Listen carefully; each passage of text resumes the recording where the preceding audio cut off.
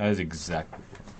Yeah, that was exactly what it was. All right, so before we get started, for those of you wondering at the start of the show, we had a little bit of technical difficulties. Apologize for that.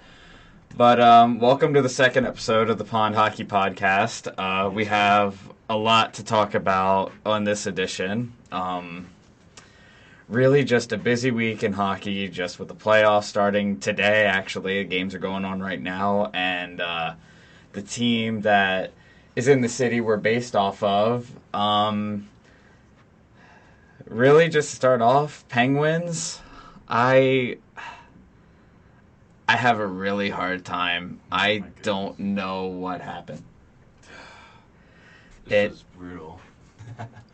It was brutal. I was sitting watching the Chicago game, and you guys heard it from last week. You guys heard it from last week, yeah. It was so painful when they had 2 games left in the year. It was so frustrating. They had Blackhawks and Blue Jackets. And what ended up happening? Well, I had friends go to the home game against the Blackhawks, and what did they do? They lost 5-2 in the most humiliating, demoralizing, heart-crushing, just every negative adjective you could throw at Penguins fans. And then, to top it off, they were just dead, lifeless, and just had no response in the game against the Blue Jackets. I think that's a fair way to try and sum it up. Yeah, it is a pretty fair way to sum it up, because they had 2 very winnable games against the Blackhawks and the Blue Jackets, and that Hawks game on Fan Appreciation Night, no less. Yeah, Fan Appreciation Night. How to destroy a fan base in one game. Yeah, I mean, they had a 16-year run with Crosby, Malkin, and Letang, and I think they're still going to stick around, but I think Crosby... One leaves. I think Crosby is going to stick around for sure. Malkin leaves, potentially. You think Malkin potentially leaves? Okay. I think they look at potentially shopping him to a team. I'm not entirely sure, because he signed that huge contract last summer. I know him and Letang both got huge extensions, but I think one of them is getting shopped, along with some other players who... There's a list of 4 players in my mind who are on fans' crap list. Let me just remember. I was bad at remembering the roster, so give me 1 second while I pull up the roster for the Penguins. I know one right off the bat. That's Jeff Carter. Oh my, yeah. He's on the crap list for Penguins fans. Brian Dumoulin, yikes. He was terrible. And one of my buddies was really talking about this too. He was saying, Brian Dumoulin had probably his worst defensive season he's had probably in his entire career. He just... ever. Yeah, he normally anchors that defensive line with Chris Letang, and just this year it wasn't there. I don't know if he was spending a lot of time playing hurt, or if he was... if it was just age. I'm not entirely sure what was going on there, because last year all the way to when he first started with the Penguins, he's been the rock of that line, and now the way Letang plays with the pinch style, with the offensive style, you just can't have 2 players just not playing defense, and that's part of the problem that they had all year. Yeah, those 2 were giant issues, and then for me, these are personal ones. Petrie, yikes. Oh, that trade's gonna look really bad, and I think we talked about it a little bit last week. Yeah. That was they dumped Jeff Petrie. Well, they got Jeff Petrie from the Habs, and they had to dump Matheson. John Marino and Mike Matheson. No. Marino went to... Yeah, Marino went to New Jersey, but they had to do it because they wouldn't have been able to afford the Petrie deal on the cap. Oh, so they dumped Marino as well because of that. Yeah, and it would... Oh, God. I think they needed a shakeup on defense, but that was not it. You needed to get younger, not significantly older, and I think that's really the story of this team is... They were the oldest team in the National Hockey League. Was it them or was it the Caps? I thought it was one. It was them. It was them. Yeah, the Caps were 0.3 years younger. They were both over the age of 30. Yeah, like I remember the Penguins being the oldest team. They just have this style of play that they were so used to playing back when they were winning cups, when they were a playoff contender, when they were a cup contender, where they have this style where they're this fast team. That won't necessarily punch you in the face, but they're this fast team that will just beat you with their skill rather than bulldozing you, like say like a Tampa Bay does, where it's kind of a mix of both, or the Islanders of years past. They would play this fast style of game, but the Penguins were just slow this year. And I think that was a big thing, especially with the faster teams in the Metro. They had like a .4 win percentage against the Metro teams that made the postseason this year, which you can't. That's not a winning formula. You can't get into the playoffs doing that. You really can't. And I have one more personal person. I think this is going to be the number one person you hear get shipped off the Penguins this year. Brian Rust. The Brian Rust stunk so much. Yeah. And I'm pretty sure they just extended him this year, didn't they not?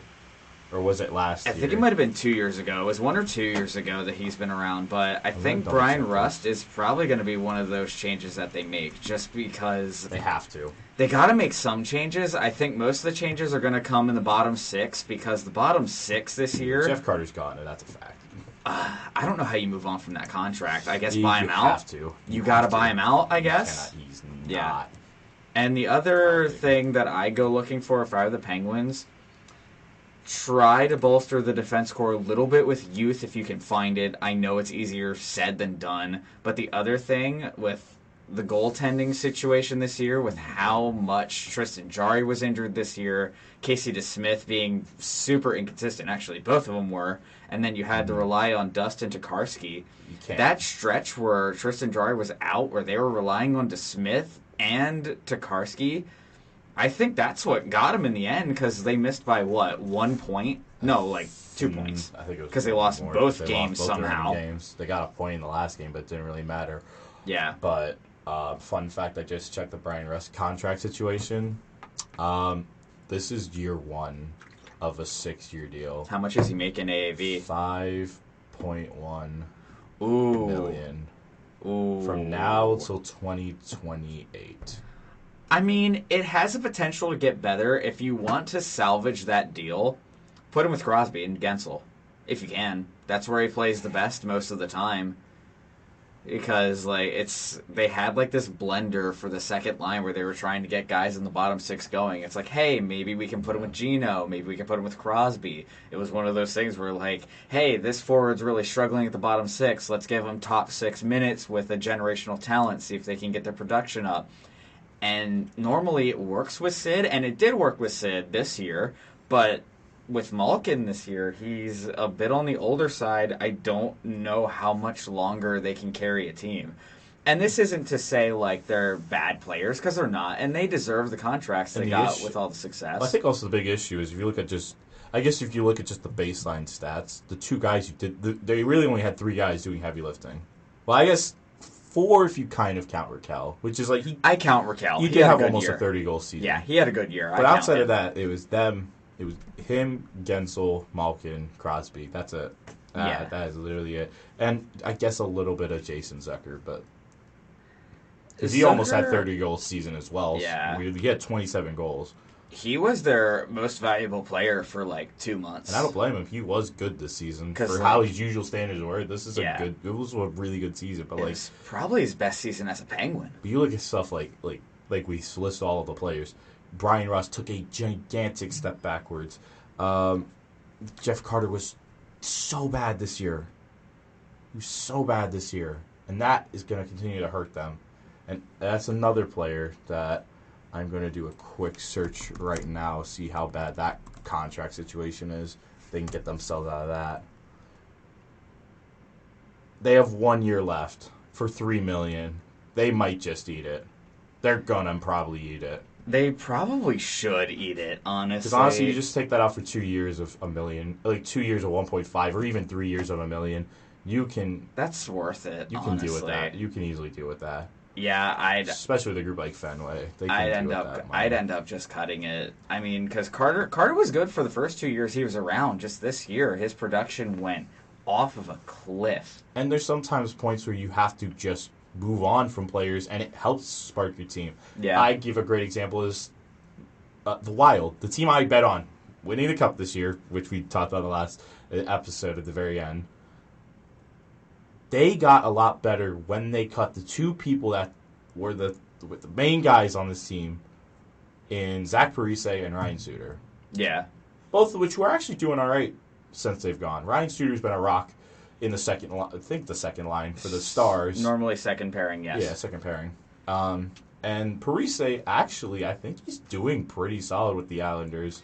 I think so, yeah. The Islanders are in the playoffs. Hell, both of them are in the playoffs, so... And in turn, the Wild, while they have to eat so much money, I think they're eating a total of $6 or $7 million $6 to $8 for both million. of them, yeah. For the next 4 years. So that's a ton of cap hit, swallowed. Yeah. But they got better. Oh yeah, because they found youth, and they even made smart signings as well. I think they kept, what was it? They re-signed Matt Zuccarello. Yeah. Or no, they already had him, and they re-signed someone Joel else. Eriksson Ek. They re-signed Joel Eriksson Ek, which was an amazing decision, and that in turn, I think, really let the Wild build up with guys like Matt Boldy and others. I have nightmares of Matt Boldy scoring a hat trick against the Kraken, but. The other guy with Minnesota that's helped him kind of break out this year was Philip Gustafsson, the young goaltender. Goodness. And that's a thing that I think if the Penguins can do it, I think they can get back very easily with these next couple of years with Crosby, Malkin, Letang. Gustafsson was a weird one. He was okay with the Sens, but then he got to change the scenery, and now he's incredible. And even their backup is Marc-Andre Fleury. It was a Penguins draft pick, too. Was he really? Yeah, he was. Philip Gustafsson was traded in that three-way deal of Reeves, Brassard, and I forget who else was in that deal. Ryan Reeves. Yeah, it was the one that sent Derek Brassard to the Penguins in 2018. Oh my goodness! Yeah, I forgot about that deal. One of the worst. That was probably one of the worst trades in a long time for the Penguins. I guess that's true. I was thinking all around free agency, and then I'm thinking Jack Johnson, but we'll yeah. Penguins fancying Jack Johnson. The thing I will give the Penguins a lot of credit for, and Fenway a lot of credit for, was when they missed the playoffs, they knew exactly what to do. They took no time, less than 24 hours, and this was great news. Brian Burke's gone. Ron Hextall, the GM, who was terrible in both of his stints with the Flyers and the Penguins. I don't see him being a GM anytime soon, ever again. Yeah. They also fired their assistant GM, Chris Pryor, who was reportedly... fired Chris Pryor? Yeah, they should have. He was making a couple of the hockey decisions as well. Yeah. It just wasn't working. At the trade deadline, you need defensemen, serviceable younger defensemen that maybe come at a second, third round pick range. You only got Kulikov and Granlund out of it. You needed a lot more, especially when you're trying to push into the playoffs, because by then, since Christmas, it was just trending downhill, and there was an obvious fix. Get a serviceable goalie behind Jari when he goes down, and try to get a defenseman to try to boost Letang's confidence and keep the fort held down. Especially for me, I looked at the Kulikov one was whatever. Yeah, they could have done that. But I think it also hurts their case when you look at some of that. I forget what exactly they gave up for that trade, for him in specific. But I look at the Coyotes got a 2026 third for Shane Gostisbehere. They could have easily got so much money. John Klingberg, yes, he was doing terrible with the Ducks. Don't get it twisted. But the Islanders the Wild got him for just a fourth. And not even this year, next year. Yeah. You're telling me the Penguins couldn't offer up any of that if they truly thought, because I sit and think, when I watched last year and watched them play, I truthfully sat there and thought that was their last chance. That series against the Rangers, that was our last shot. And it's a series they could have won pretty easily, too, if you have a starting goaltender, or even DeSmith at that point. You win that series. Just the moves they made, it didn't feel like they were really upgrading more than reshuffling, because I look at Mikael Granlund. he put up basically the same level of production with worse defense, mind you. Teddy Bluger is, I'm pretty sure, doing... He's one of their best penalty killers on Vegas. He's doing really good, and Teddy Bluger's a good player, and he has been for a long time. You basically downgrade in terms of quality for a guy like Mikael Granlund, in my opinion. And Dmitry Kulikov pretty much offers nothing in terms of an upgrade. Whereas someone like John Klingberg going to the Wild, that's a huge guy you could use on the power play. Yeah. And there's one guy who the Penguins could have got, and it was rumored for like a month they could have get. I think if they did this deal, they'd be in the playoffs, but they'd be in trouble down the line. They were in on JT Miller for like a solid 2 weeks during the deadline. With JT Miller's point production later in the season, though, if you do that deal, I think you're in the playoffs. And you're in pretty comfortably. Because JT Miller's a good player. Now, I don't know what the trade would have been. If it would have been too much, and I have two problems with that decision. Because at that point, you're sacrificing your defense. Yep. You are sacrificing your defense. JT Miller, I'm pretty sure by most metrics, was one of the worst defensive forwards this season. Oh, by a long shot. And at least at the beginning of the season, he was. And at least just watching his attitude, it just would not have... watching that has been we value, actual star talent versus, working together. That would have, I think, destroyed the locker room, having a guy like him in. And I'm not saying JT Miller is a selfish player. That's a harsh thing to say, and I don't think that's true. What I do say is he was getting frustrated at the situation he was in and lashing out at people around him, when he himself was also part of the problem. And I think it's a big thing about being a competitor, because at the end of the day, all these players want to win. Yeah. But there comes a point where there's competitive versus toxic. And I will give JT Miller credit at the end of the year. He started to put it together. He started to seem like he was getting his feet under him a little bit more. His teammates started to seem a little more comfortable around him. Just with the Penguins, going back to them, I don't necessarily think this is the end of the line for them, but they gotta do something. It'll be interesting, because a rumor I'm seeing, and Penguins fans, you might want to keep your fingers crossed for this, and I'm torn here because I'm a fan of both teams here. If Toronto loses in the first round, it is very likely that Kyle Dubas gets fired as the general manager for the Maple Leafs. I personally think that is a huge mistake if they do that, because of his drafting history. His drafting history is fantastic. But the Penguins and Fenway Sports Group are prepared to offer him a ton of money to be the GM. Really? And honestly, if they can pull that off, I think that saves them. I think that saves time. If they decide to do a rebuild, that maybe turns a 4 or 5 year rebuild into maybe a 2 year. Just off of his drafting ability alone. The guy's incredible at drafting. They would go from being in a situation like the Canadiens or the Coyotes and maybe put themselves into a situation like... I guess the best way to describe it would be the Blue Jackets and... I'd say Detroit is in a good situation. Yeah. It's kind of the Sens, because or actually, no, I'd say the Blue Jackets and the Sabres would be the best two examples. Because I think the Jackets, the reason why the Jackets finished last is because they have a ton of good prospects, but all of them are on the super young side, and they're defensemen who take a little while longer. They also got really injured. If the Blue Jackets win the draft lottery and get Bedard, they could be a pretty scary team going forward. They could be good for a long time. And the other one, imagine Bedard with Zegras and who else is on the Ducks? No. Troy Terry, no. Troy Terry, that. They'd be pretty good. I don't want to imagine that one. I don't want to imagine that. He played the Ducks 5 times. No, I don't want to imagine that. That'll make me actually depressed. Yeah, but you'd have McDavid and Bedard in the same division again. You mean to tell me that won't drive up revenues for the league that desperetely needs it? It would also drive my sanity out the window. And Elias Pettersson. Yeah, I'd rather not see the boogeyman. Hey, at least your boogeyman is just one man. Mine is an entire phenomenon. That is true. But it's just such a rough year. And it's so, like I said, it's just so frustrating at the end of the day, because it's they really just shot themselves in the foot. And, like, they consistently did it. It wasn't just, like, a one-off thing, like, hey, we aren't doing so great against these good teams, and you, like, blowing leads is a one-off.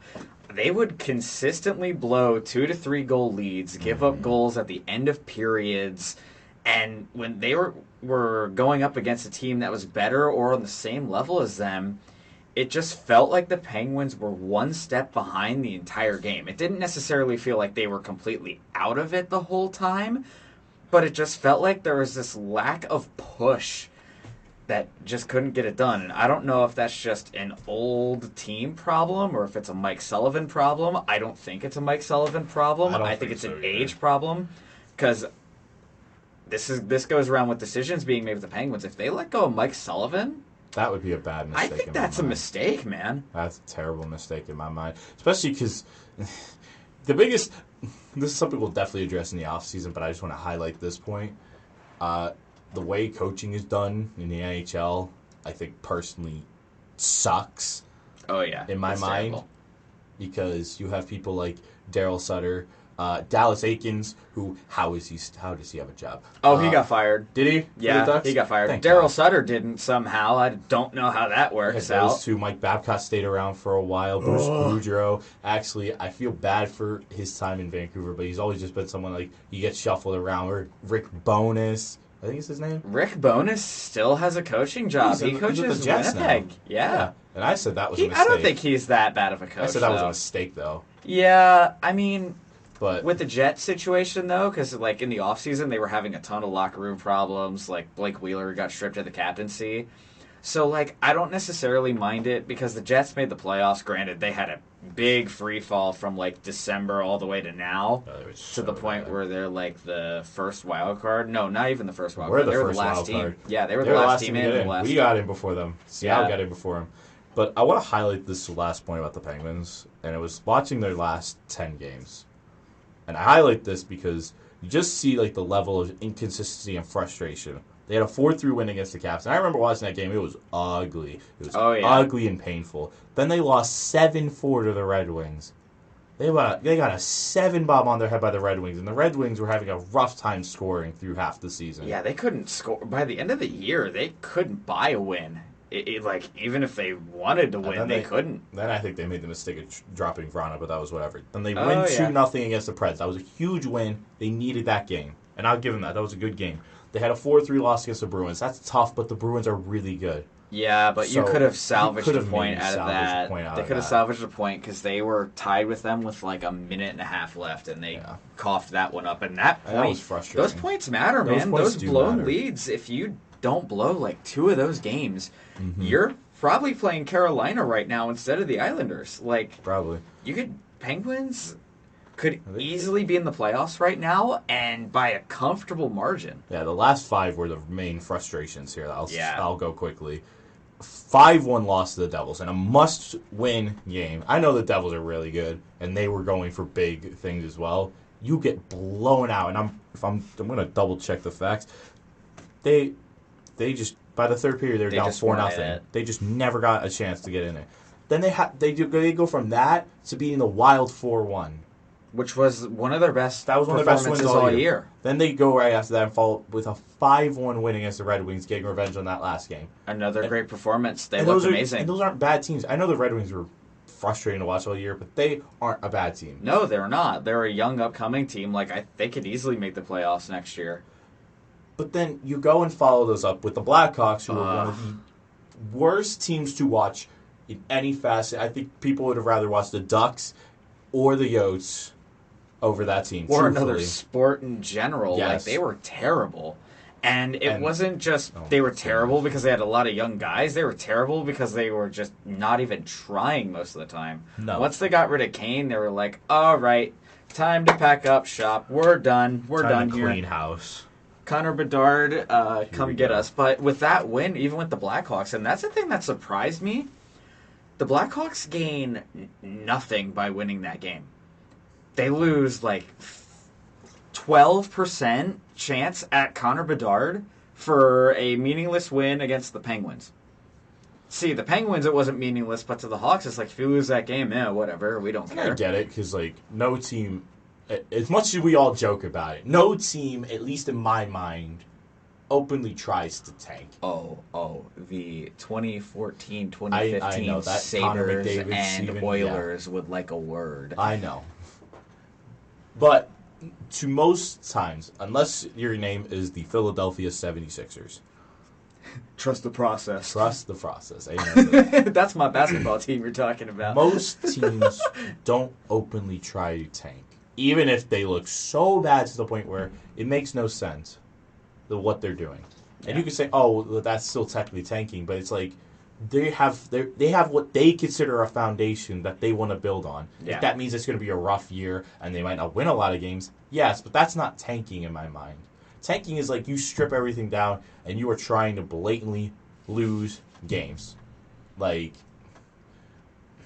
I'm trying to think the best way to describe it. Like when the Leafs blew it up and they got Matthews, it was No, they were were bad, openly. but it wasn't like they were openly trying to lose. Oh yeah, games. they were. In 2014, you'd have to look it up. The amount of trades the Leafs made in 2014, they were going for McDavid too, but they just weren't too far down the standings. You think they sold so bad that literally the very next year they were god awful. Like it was really bad. And for those years, I don't think if you're going to be bad, if there's a good player that comes out of the end of it, I don't really mind it. I don't. I mean, let the fans know ahead of time.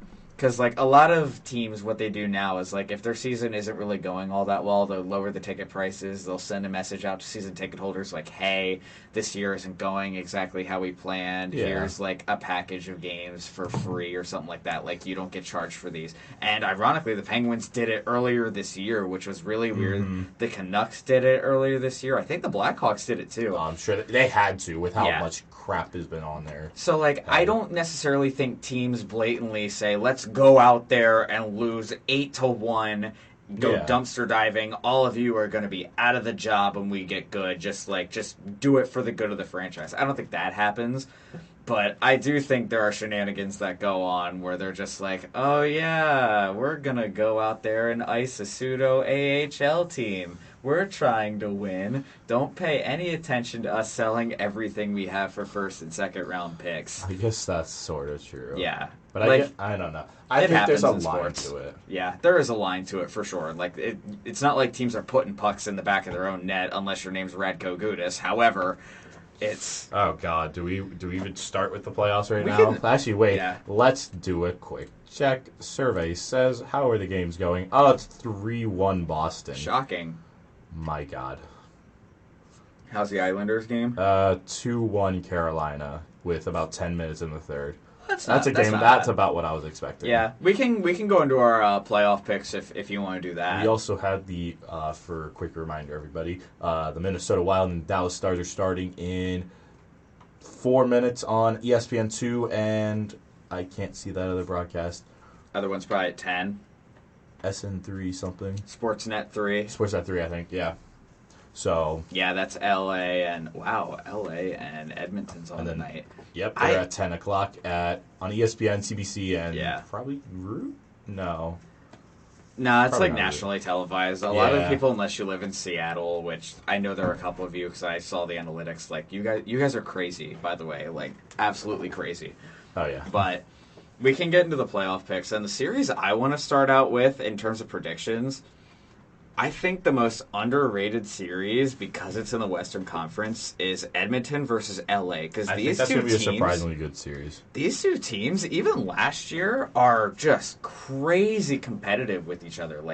They straight up do not like each other at all. They played last year, right? Yeah, they did. And I forget. Did it go 6 or 7? It went 7. And a close 7. Yeah. McDavid scored one of the best playoff goals I've ever seen in my entire life. I remember that. But that game was a close 7. It was gritty. It was skill. It was crazy. It was a fun series. The only thing that LA didn't have last year that they do this year is Drew Doughty is in the series this year. Oh, So yeah, that's true. personally, I think history is going to repeat itself. I have Edmonton winning it in 7 just because the Kings have a little bit of a shaky situation in goal, but so does Edmonton, like always, except Stuart Skinner. Although they did at He's least okay. try to- He's had a decent year. They did try to fix the issue. Yeah. Gotta but credit the Kings for that. I got Edmonton in 7 just because this isn't a bet against the LA Kings. It's a bet 6. for Connor McDavid. I think Edmonton wins it in 7.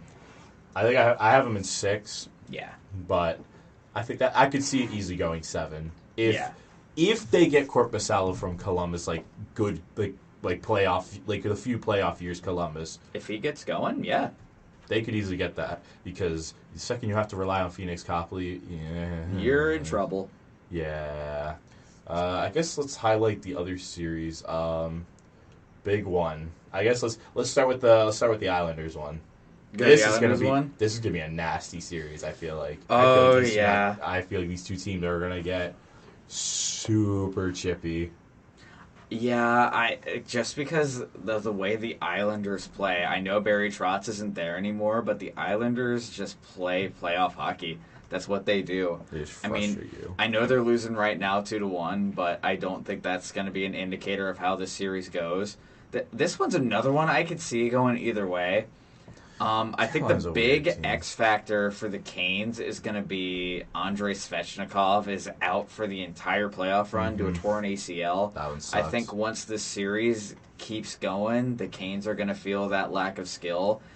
Even though the Islanders' power play is god-awful. They're like 30th in the league or something. They stink. I still think that the Islanders are going to scrape the series win in 7 games. Just because the Islanders have the experience, they have that push. It's their first time making the playoffs in a while. They have Barzal back. They have Bo Horvat now. I think they're going to end up winning it in 7, but it's another one where I wouldn't be surprised if it goes the other way in 7. The goalie situation is definitely going to be weird. I will say that. Because currently, from what I checked, they are running out Antti Ranta for Game 1. And he's doing well. He's made 22 saves on 23 shots. Although Sorokin's getting shelled, by the way. He's had 35 shots. Yeah. They're getting outshot by 12. Or 12? Yeah, 12. They're getting outshot by 12. It's the third period. Like, they're getting outshot by a lot. And Islanders hockey, baby. Yeah. I mean, credit to the one thing that's helped them a lot is that I think when Svechnikov went down, they got help with Aho still being Aho. Nietzsche's is an incredible player. So I think he's one of the least talked about players in the league. Yeah. And that's criminal. And Brett Burns, who's had an incredible year this year. Absolute bounce back from leaving the Sharks. He needed that because he's probably been, I'm dead serious, I think he's been their best defender. He's been one of them, if not their best one. He's a very good power play quarterback. Like I said, I think the series can go either way. It just really depends on which team breaks first, or if the Islanders' just lack of skill this year gets to them. This is why you pay for Bo Horvat. I'm so bad at names right now. It's fine. I had a rough start to the show, too. That's why you have Bo Horvat and you got Pierre Engvall for depth, and you have talent in Brock Nelson and John Gabriel Pageau. Actually, how's he doing? Not as great as I was expecting. He's a depth guy now. He's a little bit older, but he's a solid depth guy, I would say. No. He's got the experience, and that matters at this time of year. Obviously Barzal and stuff like that. You got guys like that who are guys you consistently rely on, and Noah Dobson is your main power play guy. So, on the defense. So, having guys like that, I think, help. Yeah. And I think that series might be probably one. It feels like it might be boring, but I feel like that's going to be a very chippy and fun series. Yeah, I think it's going to be chippy. It's going to be fun. It's going to be pretty nasty.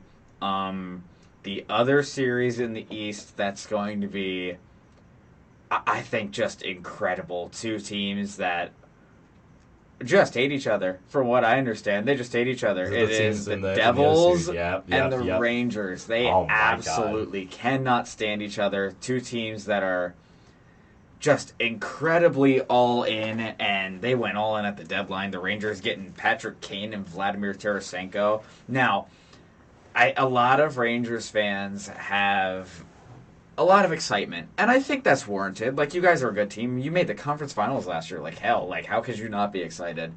But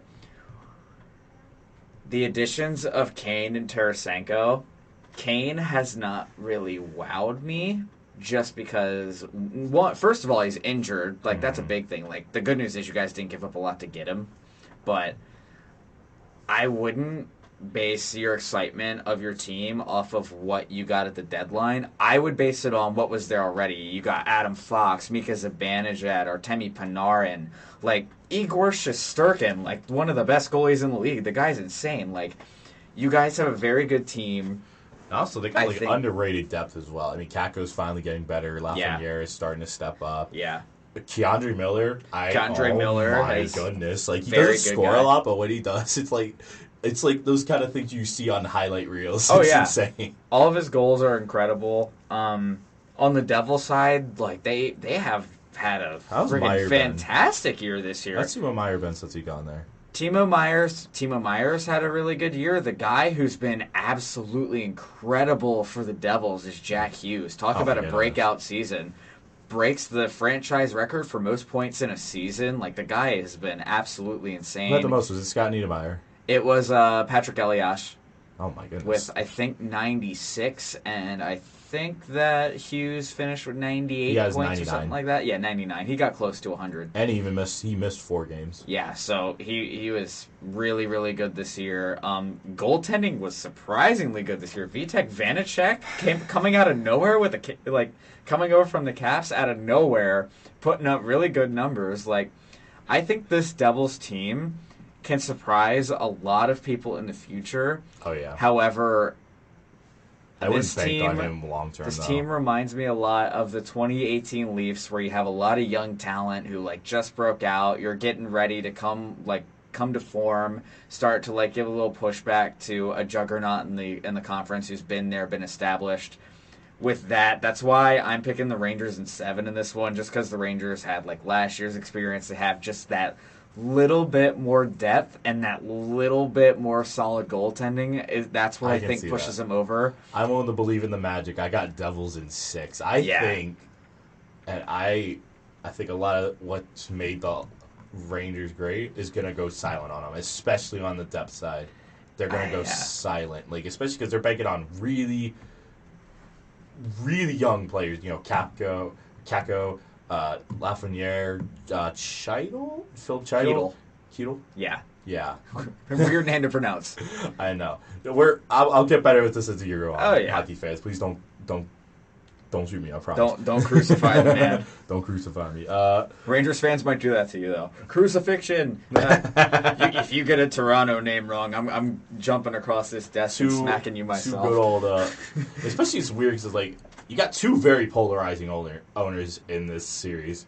Okay. You have Josh Harris for the Devils, who is making headlines right now because he's about to buy Washington. The Commanders? I think he already did. I think he did, yeah. Yeah, he already did. $6 million. How that man has that money, I have no idea. Chump change. It's chump change. He's like an investor. And then you have James Dolan, who is I think Rangers fans know how much he makes headlines. Usually it's for the Knicks, but he's actually a good owner for the Rangers, which is wild because why he's a good owner? Because he's so involved in the Knicks, he doesn't touch the Rangers. Stay involved with the Knicks. Don't come over here and touch the Rangers. If you come to hockey, the Rangers will go sink right down to the bottom. But.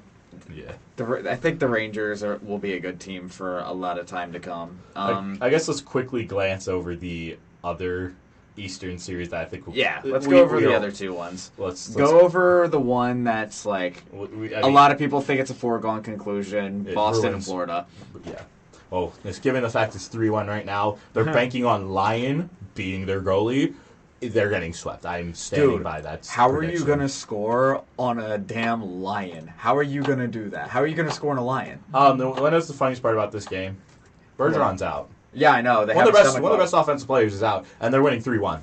Yeah, because the Bruins had a stomach bug go around their locker room. But, dude, they have a Lion in net? Wait, I think the Bruins might actually be unbeatable if they're scoring on a Lion. Yeah.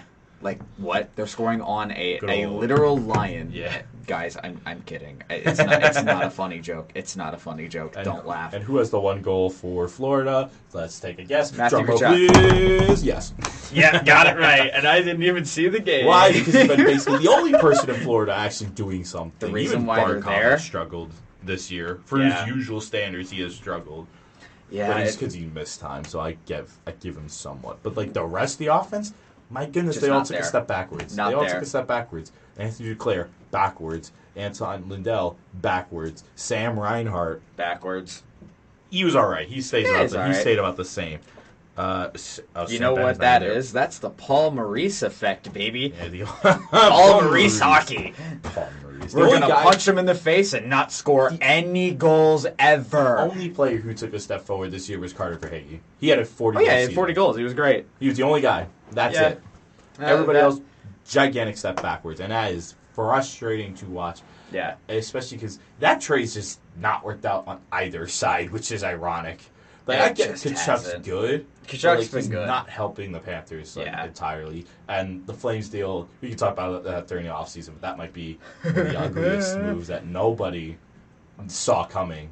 We can get into the Flames for a little bit if you want to, because there's been some recent news in there. We can talk about this trade because it engulfs Florida in this too. Personally, I think Florida won the trade because they got the better player. I know they gave up more, but they got the better player because Tkachuk didn't he put up over 100 points this year? 100 points this year. And they did make the playoffs. And so they made I the give playoffs. him credits, but it's like, And it they just felt have like this season where it's like he was there. He was like the headliner, and then the rest of the team just kind of like fell backwards. And to me, the Panthers would have a chance in the playoffs against any other team if they weren't playing the Bruins.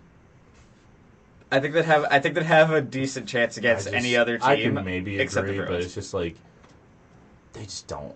They just never really look good. And I get maybe part of the problem was that the goaltending was a hot mess this season. How bad was Knight this year? Knight's been injured. Knight's been Bobrovsky injured. Bobrovsky has been Bobrovsky. terrible. How bad? Let's look. 901. Yeah, no, that's all I need to know. But my question to the Panthers is, you have the goalie that beat the 62-win Tampa Bay Lightning, and you're not playing him against the Bruins, who won 65 games? Like, dude, history's looking at you right in the face. Play Bobrovsky. Just play him. What do you have to lose? Like, oh, you might get bounced in 4. Like, okay, everyone already thinks you're going to get bounced in 4. Don't worry. I have you getting bounced in 5 because, like, to me, predicting sweeps, I just don't.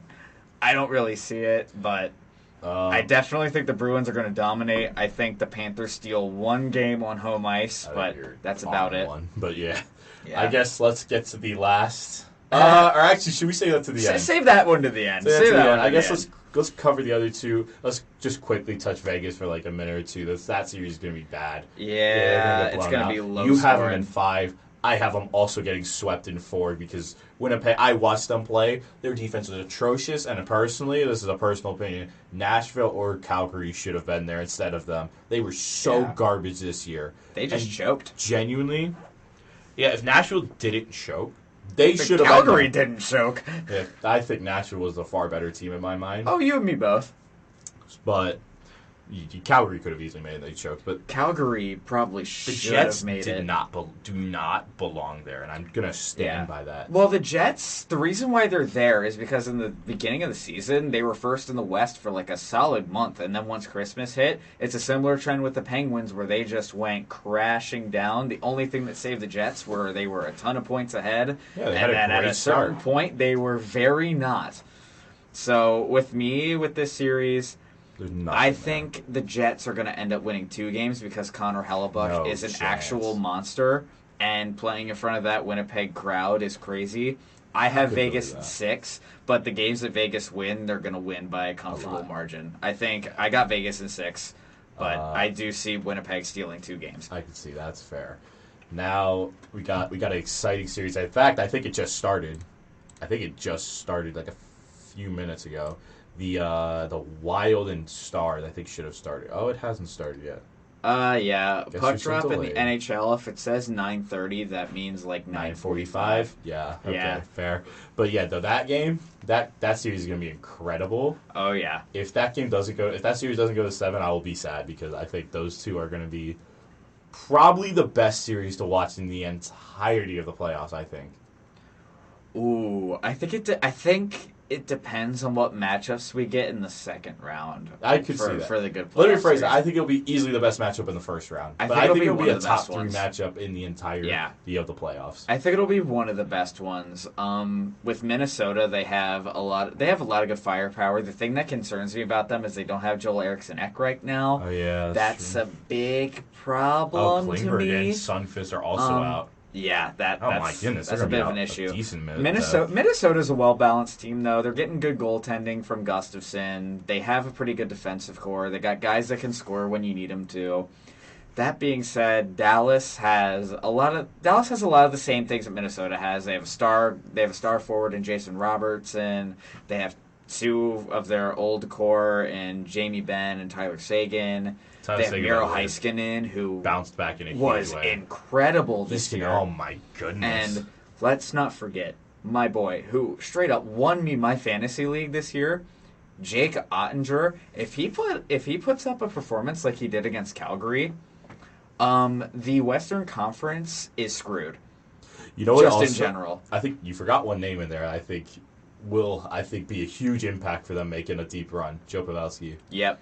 He just doesn't age. He doesn't. He's great. He is insane. Yeah, but the fact that he is, how old is he? He's 38 and he had 77 points. He almost had a 30-goal season at 38. That's insane. Man's gonna play until he's probably like 42. He's still got it. Well. But like with Dallas, for me, I think if Jake Ottinger catches fire and if they get past Minnesota, I think they can make a deep push. I really do. Like I can't bet against Jake Ottinger. He had a pretty much robotic season this year again. So I think I got Dallas winning it in 7 because I think Minnesota will play Dallas very tight because they're a physical team, they're a fast team, they can score.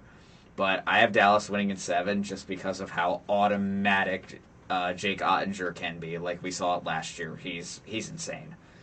Oh, yeah. I'm going to be so excited for that. Yeah. And then let's get to the last 2. I guess let's do mine first because there's a lot less expectations on Seattle. Oh, yeah. You guys are playing with house money right now. Playing with house money. There's a lot on the line. Although, we also finished with 100 points this season. I'm impressed we did. You guys were great this year. A lot of good depth scoring. Except the bit that scares me. I kind of wish it wasn't. Well, actually, I think we got best case scenario. Of the 3 teams that were fighting for first, I think we got best case scenario. I think you did too, considering Landeskog is going to be out. Landeskog is going to be out. They have a ton of pressure on them because they're, title defense. Yeah. I guess the team with nothing to lose. We have nothing to lose. And imagine how crazy it would be if Phil Grubauer sticks it to his own team. He decides to catch fire now after being terrible all year long. If he were to catch fire now and play great, that would catch everybody off by surprise. Oh, yeah, and it would catch me by surprise, too, because, I think Colorado's experience is going to end up pushing them over. Like, Nathan McKinnon's a really good player. Cale Makar is still a monster. They've gotten good goaltending out of Alex Georgiev. Except, I think Seattle's going to give them a pretty good fight. I really do. Give it a lot. They have a lot of good depth scoring. I think their goaltending will end up figuring it out. I think they're going to end up winning 2 games, especially 1 at home. You've got to get 1 at home. That crowd is going to be absolutely incredible. 2. I could see this. I could see the series going 7 if Seattle's depth scoring shows up. Especially with how well the sports has been in Seattle. Oh yeah. With the Mariners breaking their drought last year, the Seahawks somehow bouncing back all the way because I'm a Seahawks fan. Going from a team that was supposed to be tanking and only win 3 games a season to somehow making the playoffs with Geno Smith, which is wild. But with that much money, house money running at them, with how much I think the city's going to be backing them, that place is going to be going absolutely insane for the game against the Avs.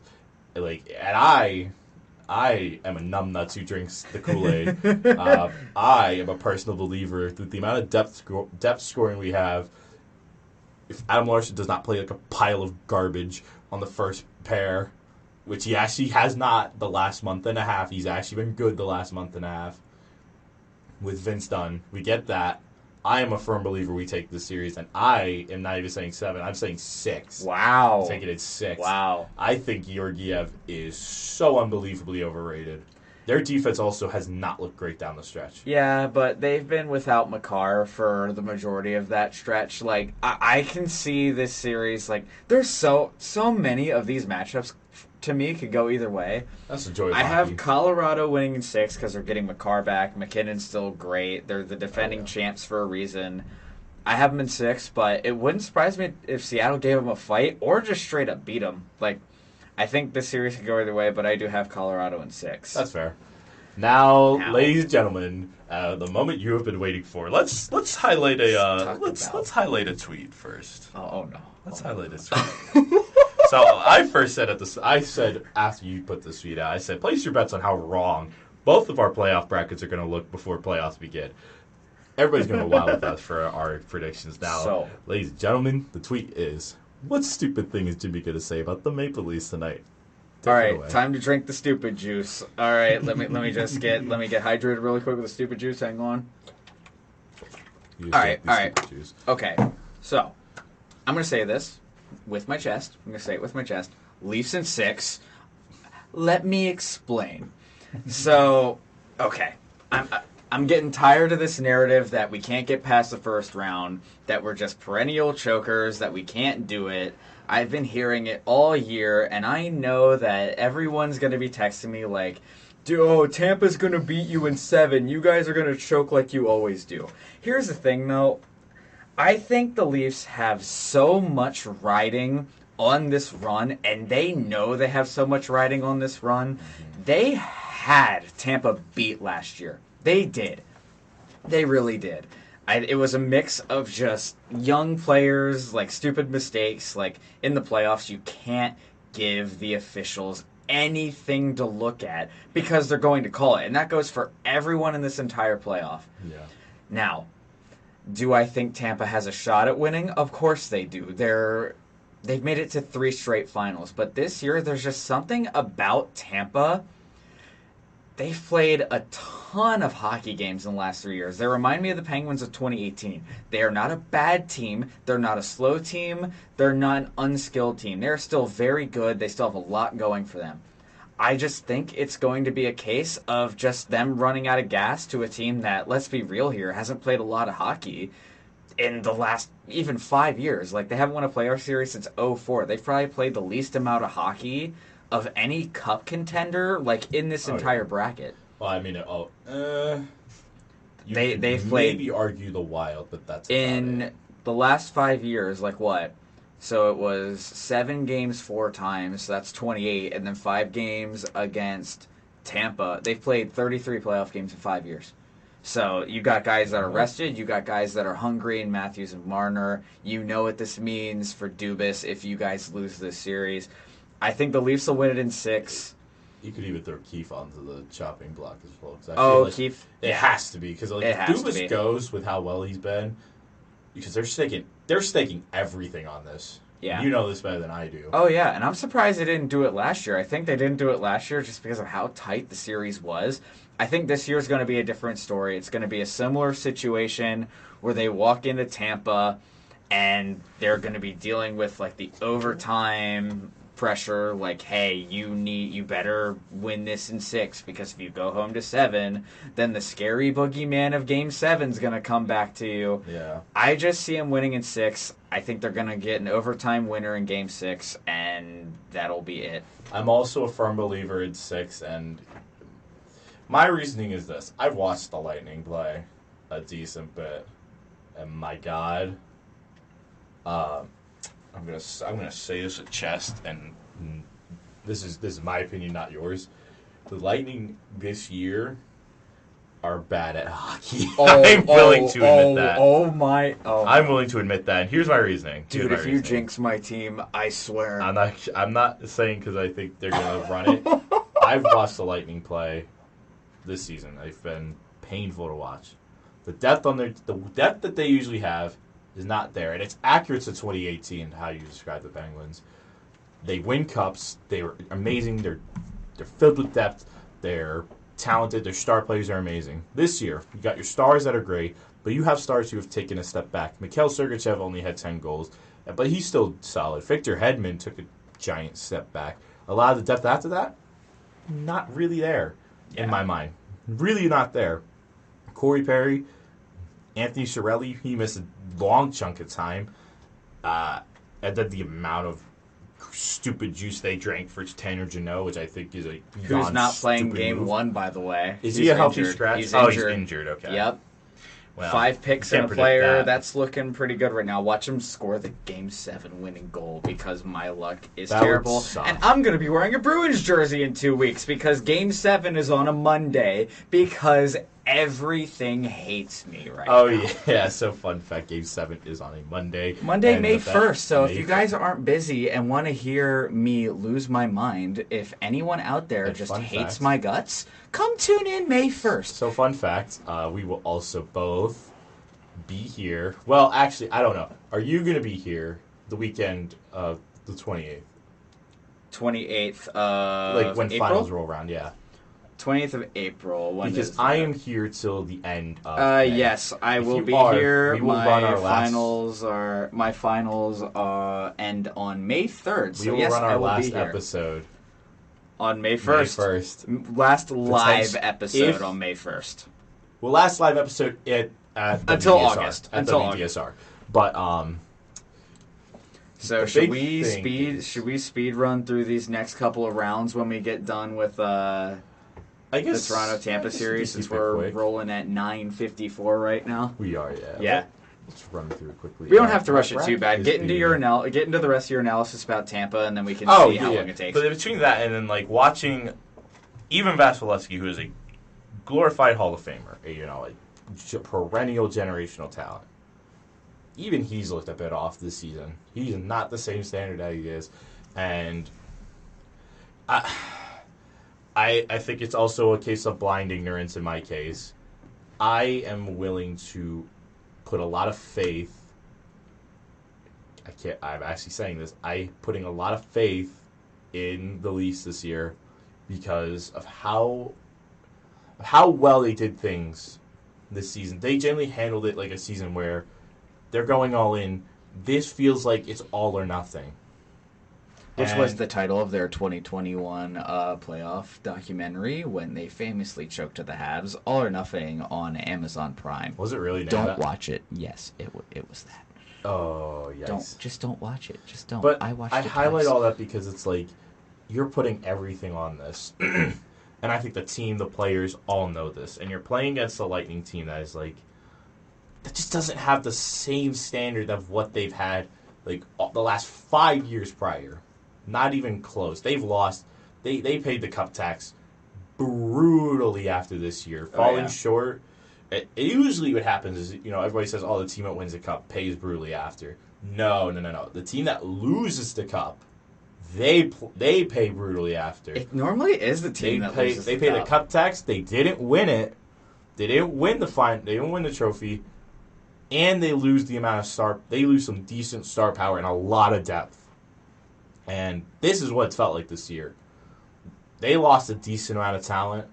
You can clearly tell with how they play, especially defensively. If you're running out of defense that is consistent of Victor Hedman, Mikhail Sergachev, Ian Cole, Nicholas Perbix, Darren Radish, and Eric Cernak, I'm sorry, I'm not convinced that's going to help you. Yeah, Especially because after those top two, like in Hedman and Sergachev, it drops off a cliff immensely. Yeah, it really does, and that's the case with like a lot of teams that have been like in that cup window for a while. It's just they have these really good teams, and then once they reach like their kind of like beginning of the end, where they're kind of drift off into like your first, second round exits, they kind of have that drop off. Like it happens. So I'm a firm believer of that. oh man, you believe in the Leafs. that makes one of us at least, even though what I'm going to say next is wild, because even I don't believe in them, but I'm still going to say it. Why? Because I'm a homer, that's why. So, all right, what we're going to do Let's let's talk about our finals. for the last 3 minutes for like the next 4 series in the conference finals, just go rapid fire, so I'll Yep. ask you on the series. Second round for your Central Division. So I have Kraken versus Wild. I have Wild taking it. All right, your Pacific Division. That is Edmonton versus Vegas, and I have Edmonton taking it. Good pick. The Metro Division. Metro. Oh, I'm dumb. So I have the Devils taking it against the Islanders. All right, and the Atlantic. Sorry, Leafs. The Bruins are still your dad. Smart man. All right, conference finals, Western Conference Finals. Ladies and gentlemen, the Oilers are going to make the same painful mistake again, and the Wild take it and go to the final. All right, Eastern Conference Finals. Ladies and gentlemen, I'm on the stupid juice. Devils to the finals, baby. Wow. All right, Stanley Cup Finals.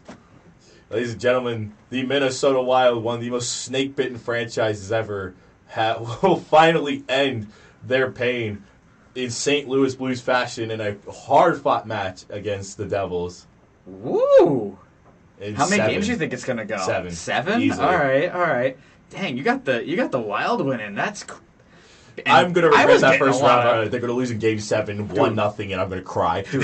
I was getting a lot of trash talk for my picks. I'm gonna get flamed on Twitter. Wild? I'm gonna get flamed on Twitter. I'm ready for it. Oh my goodness! All right, I guess it's time for me to rapid fire. So, like, you can do the same thing I did. Just ask me. Yes, sir. Let's Time to get clowned. let's start with the Central. If my bracket wants to load, So, here we go. All right, let's start with the Central. Colorado and Dallas. I got Dallas taking that one because Ottinger is a robot. Not a bad decision. Now we got the Pacific. I got Vegas and Edmonton. I got Edmonton winning because Connor McDavid is a god. Also, LOL Vegas. Yeah. Let's go Metro. Metro, I got the New York Rangers versus the New York Islanders. I got the Rangers taking that one. Interesting. All right. And then the East. Say it with my chest. I have the Leafs beating the Bruins, and I know I'm gonna get made fun of. Leafs are beating the Bruins. That's so funny. All right, let's go to the Western Conference Final. Western Conference Finals, similar theme. Dallas over Edmonton. Jake Ottinger is an actual robot. Dallas in the final. All right, interesting. And then in the East, we got Toronto and the New York Rangers, which is a dream matchup for me. Inject the Leafs beating the Rangers into my veins. Leafs in 6. And ladies and gentlemen, why don't we announce the finals for Jimmy? Finals. Dallas versus Toronto. The Canadian Cup drought is over. The Leafs Cup drought is over. Toronto is winning the 2023 Stanley Cup, in my humble opinion. My goodness. My God. So yeah, feel free to not Laugh at DM us me on and Twitter. roast us. Feel free to not DM me on any platform. Feel free on Pod Hockey Podcast to come and laugh at both of our brackets because I said in my tweet. What I say quickly? Place your bets on how wrong both our brackets are going to be. You all made brackets. Please go to Pond Hockey Pod at Twitter and send a picture of your brackets because we want to see so we can equally laugh or feel your pain when things go wrong. Yeah. I want to highlight 2 things quickly. The Bruins are still beating the Panthers pretty deep into the third with about 9 minutes left, 3-1. And Carolina did win. They won 2-1 against the Islanders. All right, they take game 1. So I think that series, like I said before, is going to be a long one. I'm really looking forward to these playoffs, man. I think they're going to be some of the best ones in a long time. We got a lot of star power. There's still a big part of me. Like, I wish we could see Ovi and Crosby in these playoffs, just because of the sheer amount of star power that would be in it. Can't have it every year. I think these playoffs are still going to be fun regardless. I really can't wait to cover them. I know a lot of my sanity is going to go to that Tampa-Toronto series. Ladies and gentlemen, also don't forget the bet that we have made I know. On Twitter and on the first episode. Go ahead and remind them the bet. So the bet, we are going to read it off of the tweet itself. I love plugging. Yep. Shameless plugs. This is how I am.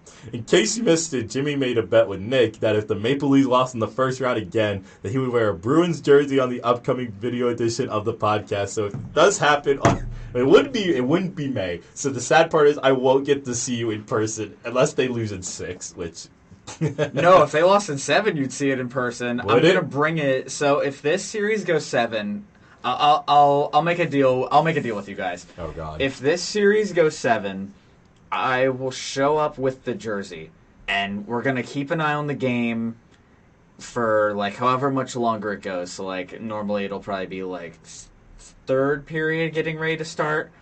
I'm going to have the game on mute next to me. If the Leafs end up winning the game, I'm not putting the jersey on. You're going to hear me cry like a child. And it's only winning a round, by the way. It's not even winning a cup. This is winning a round. But if they lose, I'll swallow my pride. I'll put the Bruins jersey on. And I will be laughing the entire time. Exactly. But I think that Wraps it up. I think that wraps it up. So thank you, everyone, for tuning into the show. Just wanted to say big thank you to all of you for tuning into the first show. The feedback, the kind words in the first show genuinely means the world to us. So if you guys enjoy it, know someone who you think would enjoy it, spread our name around. We'd greatly appreciate it. Until then, hope you guys have a fantastic rest of your week. If your team is in the playoffs, good luck to all of you. Really hope that your team makes a push. We'll see you next week. Take care.